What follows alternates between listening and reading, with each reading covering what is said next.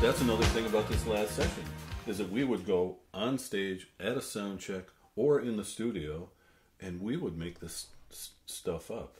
Sometimes because we had no other choice, most of the time because it was a really fun thing to do. And I look at the progression of how the music comes from the beginning up to where the last session is. We may have improvised in the studio out of necessity, but I think that the songs and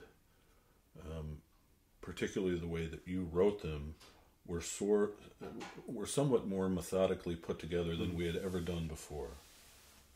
Was that a problem? I mean, no. I thought, well, that, we've been doing this a long time. At that point, we said, it's great that we can improvise so much and we can lay down a groove like anything.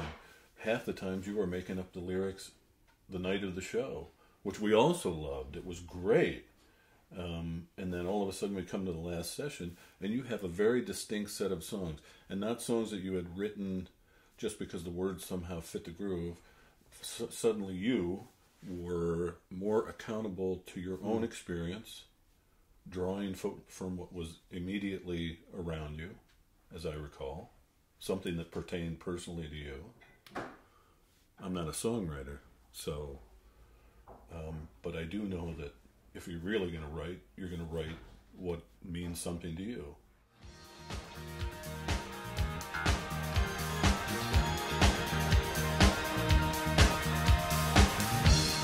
While the day's warm, you kick away at your straw man with the wind in your face.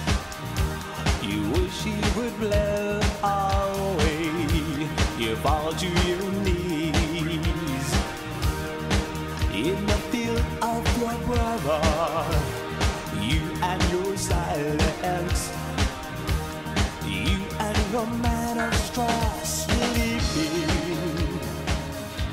You and your man of straw. I remember we were trying to get a big sound. I remember that it was a song, this could be said somewhat of all the songs we did, but this one in particular was a song that didn't really sound like anything we'd done before. In a good way, it didn't sound like anything we'd done before. And I remember it was hard to record, and I remember we tried to layer a whole bunch of stuff. And I think we did, ultimately. And we tried to get background vocals on it, and I remember that we had to do backing vocals one time, and you might have been in the hospital. And I had to sing, and Tim had to sing, and Tim couldn't sing, and Wendy had to sing, and Bill Thomas tried to sing. Oh boy. And a friend of mine from high school who I sang with Fred years ago came in, and she tried to sing. And I don't remember what the result was.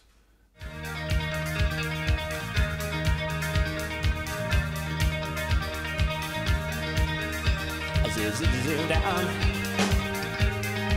Zip down. Oh.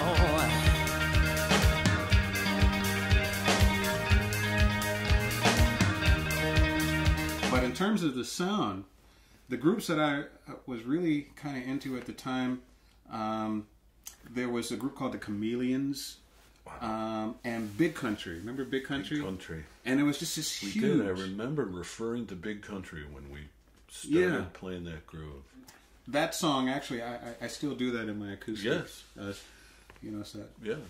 Okay, but so now when you remember back, the first thing you remember is the sound. Mm-hmm. What do you remember about writing the words?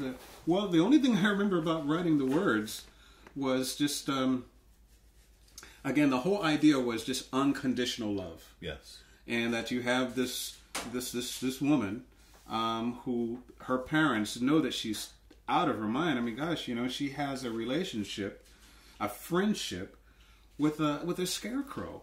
Mm-hmm. And however, mom and dad's thing is, well, look, we know that she's special, but we love her. And you love who you love. And you love who you love. Living your crazy